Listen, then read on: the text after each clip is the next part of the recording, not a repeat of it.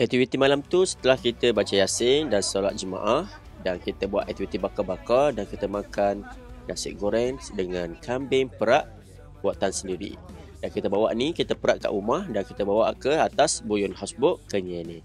Dan inilah merupakan ukhuwah kami, keluarga kami, start pada yang sulung sampai yang bongsu, dan kita buat aktiviti. Yang ni setelah kita pindah daripada awal tu, kita ada dekat air terjun Lasik. Dan sekarang kami pindah ke Sauk untuk tenangkan lagi aktiviti kami. Dan pada malam tu kita buat aktiviti pertukaran hadiah. 7 beradik kena bawa satu hadiah tapi berwarna berlainan, dan kita pilih masing-masing bawa hadiah berlainan. Dan inilah aktiviti kami pada malam tu, dan aktiviti macam-macam lagi aktiviti yang kita buat.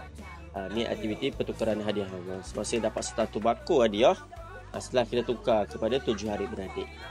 Dan sebenarnya aktiviti kita buat adalah aktiviti Sauk. Ni contohlah masing-masing dapat hadiah daripada bako ni. Okey, sesungguhnya aktiviti kita adalah Sauk coklat dalam talang ni lah. Ni aktiviti pada malam tu.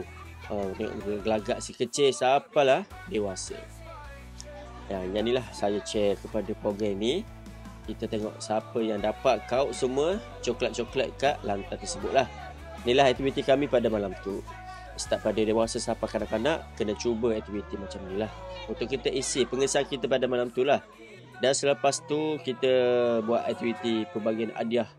Ni pembagian hadiah kita pada malam tu, yang mana yang dapat hadiah kita bagi dah lah. Start pada kecil sampai yang besar. Dan pada malam tu kita rehat, dan akhirnya teruskan setia bersama kami Tarbiyah PBKes Family Day 2025.